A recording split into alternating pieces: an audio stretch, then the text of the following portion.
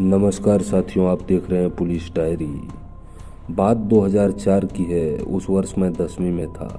नया नया साल चालू हुआ था तो मैं पूरे जोश में पढ़ाई करना चाहता था। मेरे ट्यूशन क्लासेस में मैथ्स के फर्स्ट चैप्टर का टेस्ट था दोस्तों। क्लासेस में हर हफ्ते टेस्ट हुआ करते थे।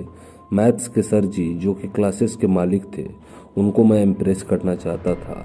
वो मेरे पिताजी के मित्र के भाई थे।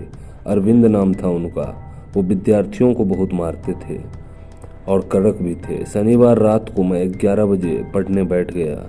बाहर बरामदे में मैं बैठा था, चूँकि गर्मी का महीना था और बाहर अच्छी हवा चल रही थी, तो मैं पढ़ने के लिए वहीं बैठ गया। मेरे पड़ोसी जो कि इलेक्ट्रीशियन थे, 25 या 26 वर्ष के, वे भी बाहर बिस्तर बिछाकर सोए थे।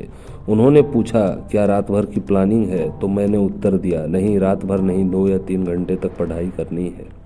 फिर वे चादर ओढ़कर सो गए। रात करीब 12 बजे मैंने पढ़ाई के बीच में पायल जैसी झंकार सुनी तो काफ़ी स्पष्ट सुनाई दे रही थी। मैंने सोचा कोई महिला पड़ोस में घर का काम कर रही होगी। बीच बीच में वो आवाज़ें आती रही दोस्तों, और मैं पढ़ने के चक्कर में उसे बराबर अनसुना करता रहा। मैंने भी रात में 1 बजे तक पढ़ाई खत्म कर दी और घर के अंदर सोने चला गया। उस वक्त वो भैया आराम से चद्दर ओढ़कर बाहर ही सो रहे थे। मैं सुबह अपने समय पर उठकर 9 बजे का टेस्ट देकर दोपहर में घर वापस आया तो देखा कि पड़ोस वाले घर पर ताला लगा हुआ है। मैंने अपनी माँ से पूछा तो उन्होंने बताया कि कहीं गए होंगे, वापस आ जाएंगे। जब वो वापस आए तो मैंने देखा कि वो कंबल ओढ़े हुए हैं। मैंने पूछा क्या बात है, तो बताया कि कल रात को उन्होंने भूतनी देखी। मैंने आश्चर्य से कहा कि कहाँ देखी, तो उन्होंने बताया कि रात 2 बजे के आसपास उन्होंने पायल की आवाज़ सुनी जो कि बहुत नज़दीक सुनाई दे रही थी। तो उन्होंने चादर उठाकर देखा तो उनके बगल से एक बूढ़ी औरत सफ़ेद साड़ी में गोद में कोई बच्चा लिए जा रही है। उन्होंने फिर से चादर ओढ़ लिया सर डर के मारे। कुछ समय बाद फिर से वही हुआ और वह औरत बच्चा लिए 10 कदम चलती फिर वापस आ जाती। ऐसा कई बार हुआ। उन्होंने कहा कि वह उठकर घर में जाना चाहते थे पर हिम्मत ही नहीं काम कर रही थी, जैसे शरीर ही नहीं उठ पा रहा था। फिर कुछ समय बाद वो औरत उनके पास आकर बैठ गई दोस्तों और बच्चे को रुलाने लगी। उन्होंने स्पष्ट आवाज़ सुनी तो फिर से चादर उठाकर देखा तो औरत उनके बगल में बैठी थी और गोद में बच्चा था।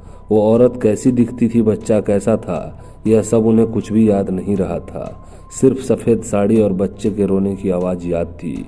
उन्होंने बताया कि उसके लंबे लंबे बाल थे जो चेहरे पर पूरी तरह से बिखरे हुए थे। उनके मुंह से चीख भी नहीं निकल रही थी। कुछ समय बाद उसके मन में हनुमान जी का स्मरण हुआ और वो मन ही मन भगवान हनुमान जी की चालीसा पढ़ने लगे। तब जाकर कुछ समय बाद वह औरत गायब हो गई।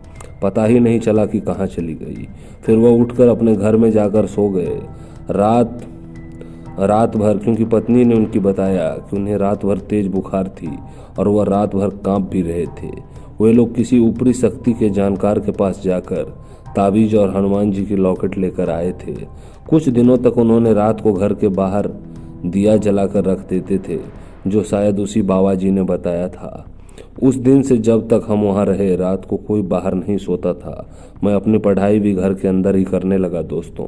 मैं कभी कभी सोचता हूँ कि क्या मुझे भी उसी औरत के पायल की आवाज़ सुनाई दे रही थी या कोई और थी। मैंने ये बात अपनी माँ से कही तो उन्होंने कहा कि तू खुद भूत है, तुझे कोई भूत क्या पकड़ेगा। माँ ने मुझे डर से बचाने के लिए ये कहा था। ये मैंने इससे अंदाज़ा लगाया कि उन्होंने फिर कहा कि कभी मन घबराए तो हनुमान जी को याद कर लिया करो, सब ठीक रहेगा। यह मेरे साथ घटी सच्ची घटना थी दोस्तों, जो मुझे याद है आज भी। पर अब जिंदगी में इतना कुछ देख लिया है कि इंसानों से डर लगता है, न कि भूतों से। जय श्री राम, जय हनुमान। यह कहानी दोस्तों हमारे पास विनोद तिवारी नाम के व्यक्ति ने भी भेजी है, जो उनकी सच्ची अनुभव और उनकी जीवन में घटी हुई घटना के ऊपर आधारित है। यह कहानी यदि आपको अच्छी लगी हो तो वीडियो को लाइक करें, चैनल को सब्सक्राइब करें और अपने दोस्तों के साथ शेयर करना बिल्कुल ना भूलें दोस्तों। धन्यवाद।